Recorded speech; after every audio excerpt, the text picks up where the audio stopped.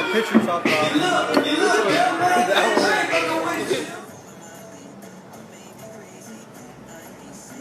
Tackle.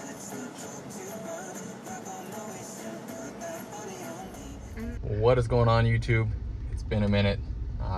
For the last 3 years, I have not missed a video drop every Thursday or Friday. It's been like a month and a half since I posted anything on here. Kind of just taking some time to myself.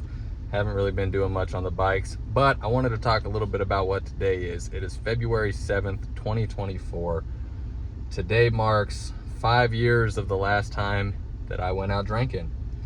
I've done a video before, kind of in depth on how I got where I'm at, what my life was like up until the point I decided I needed to quit.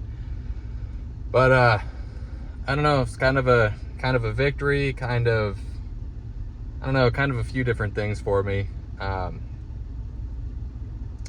of the things I've always told myself is if I could remember what 5 years ago today felt like, and what the morning of February 8th felt like, I'd never go back. I'd stay true.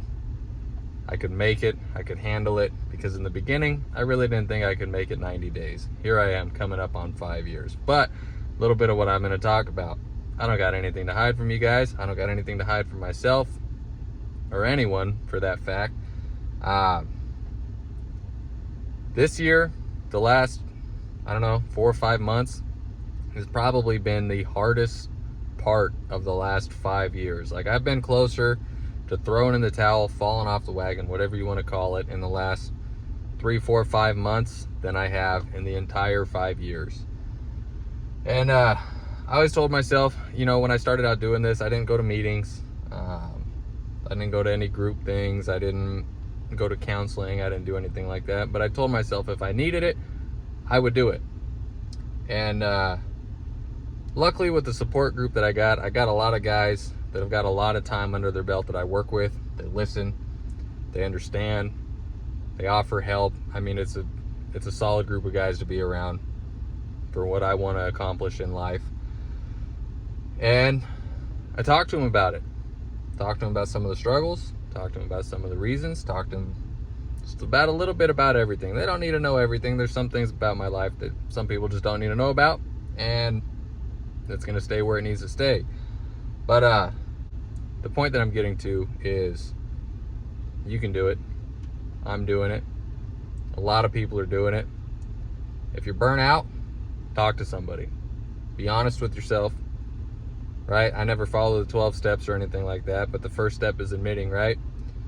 Some of the videos I posted on here, people have reached out, told me, good job.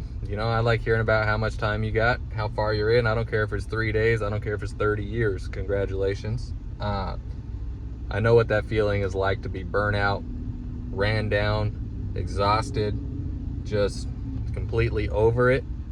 It's not too late. Talk to someone. Tell you some of the good things that have came out of it. Since I started as a mechanic, this year marks 10 years of turning wrenches for money. I don't know if it's a good thing. I don't know if it's a bad thing, but that's the life I chose, and I've gotten pretty good at it, right? But after about 3-4 years in, I knew that one day I wanted to run a shop. I wanted to carry the shop foreman title. I wanted that responsibility. Second week of January, I went on vacation, took my kids out on a trip to Tennessee, and when I came back to work, they told me, hey, we're moving you into the foreman position. So it's good. It's good to see all that hard work pay off. I mean, I've been down in the trenches. I've done it all. I've done a lot, and I've worked hard to get where I'm at. And, honestly, I owe a lot of that to my sobriety. I wouldn't have ran a successful motorcycle repair business like I wanted to, which I don't really do too much of that anymore. But I mean, I'm taking that back. I think I talked about that in one of my last videos. I'm taking that to like a hobby for me, right? I don't want to have to do it. I want to do it. But I got good at it.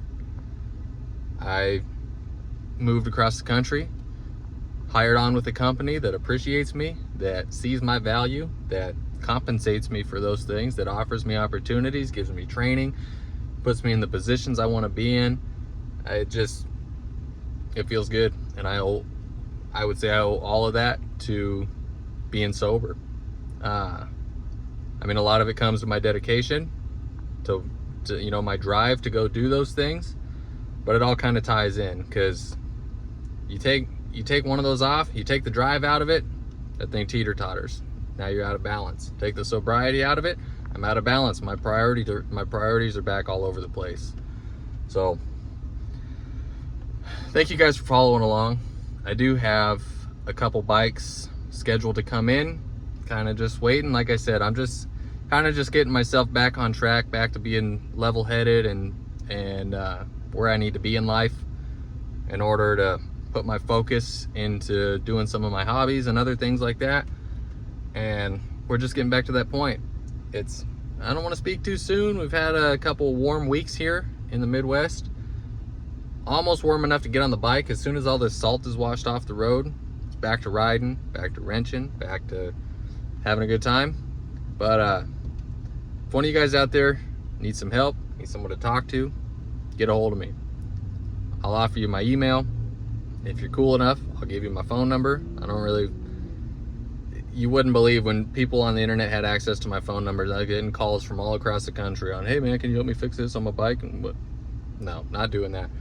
If you really need some help, reach out, talk to somebody, anybody, go sit in a meeting, go talk to a stranger at a bus stop. There's options out there. It's not too late. So thank you guys for watching. I will see you guys real soon. Love you, miss you. Like, comment, subscribe, do all that stuff, because we got good stuff coming. Lots of trips. I think we're kicking off the year with the trip to Kentucky again. So we'll see you guys soon.